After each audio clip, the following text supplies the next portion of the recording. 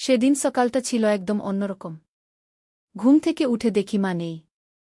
বাড়ি একদম নীরব। বাবা বারান্দায় চা খাচ্ছিলেন। আমি জিজ্ঞেস করলাম, মা কোথায়?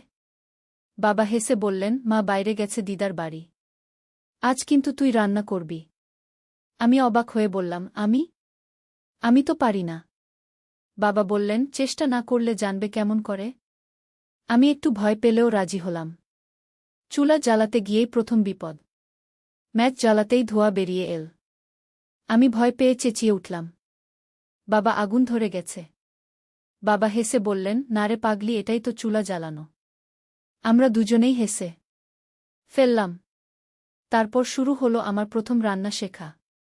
আমি ডিম ফাটাতে গেলাম। ডিমটা হাত ফসকে মেঝেতে পড়ল। আমি বললাম, হবে না আমার দ্বারা। বাবা মৃদু হেসে বললেন, সবাই প্রথমে এমনই করে। চেষ্টা চালিয়ে যা। আমি আবার নতুন ডিম নিলাম।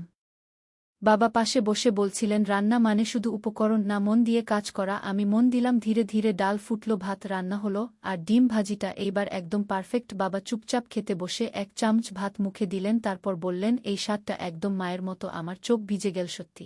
বাবা বললেন, হ্যাঁ, তুইও মায়ের মতোই যত্ন দিয়ে রান্না করেছিস। সেদিন আমি বুঝেছিলাম রান্না মানে শুধু খাবার, এটা ভালোবাসা, এটা সম্পর্কের উষ্ণতা। বাবা বললেন, আজ তুই একটা জিনিস শিখে গেলি, চেষ্টা করলে কিছুই অসম্ভব না। আমি হেসে বললাম, আর তুমি শিখলে আমি একদিন তোমার থেকেও ভালো রান্না করব। আমরা দুজন একসাথে হেসে উঠলাম। বাড়ি ভরে গেল হাসির শব্দে আর গরম ভাতের গন্ধে। আজও যখন মা বাইরে যান, বাবা বলেন, আজ তুই আমার শেফ। আমি হাসি মুখে বলি, ঠিক আছে বাবা, আজ আবার তোমাকে চমক দেব। বন্ধুরা, জীবনের ছোট ছোট মুহূর্তই কখনো বড় শিক্ষা দেয়।